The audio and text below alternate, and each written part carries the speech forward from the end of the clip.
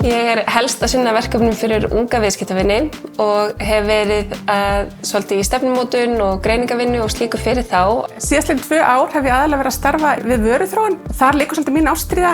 Ég aðalega í verkefnum tengdum snjallsímalausnum bankans. Allt frá hönnun nýrra featura yfir í að forrita það og svo fylgja þeim eftir líka. Þar að auki hef ég verið að vinna í tímabókunarkerfinu okkar sem þá hvernig viðskiptavinur bóka tíma. Verkefni mín eru kannski Apple Pay til dæmis, ég er með puttan í því. Ef við erum að gera nýjan feature þá tek ég þátt í að hanna featureinn. Ég er í teymi núna sem að starfar að lausnum tengdum máltækni og gervigreind.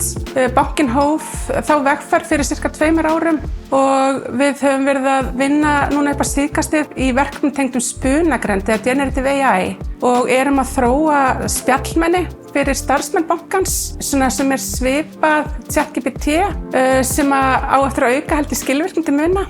Eitt af besta sem mér finnst við Íslandsbanka og hefur reynst mér mjög vel hvað það mikil tækifæri og stuðningur til vaxta sem starfsmaður og einstaklingur. Mér líður eins og hverju ári verði vinnuumhverfi betra varðandi bæði samstarfsmenn mína og yfirmenn. Þeir vaxa sjálfur í starfi og leyfa mér líka að vaxa og dafna. Það náttúrulega frábær fyrirtækjamenning hérna og það alltaf gaman í bankanum og það hefur haldið mér hérna síðastliðin 20 ár. Það auðvitað mjög gott mötuneyti hérna, algjör lúxus af aðgang að morgunmat og góðu kaffi og öllu þessu því fylgir.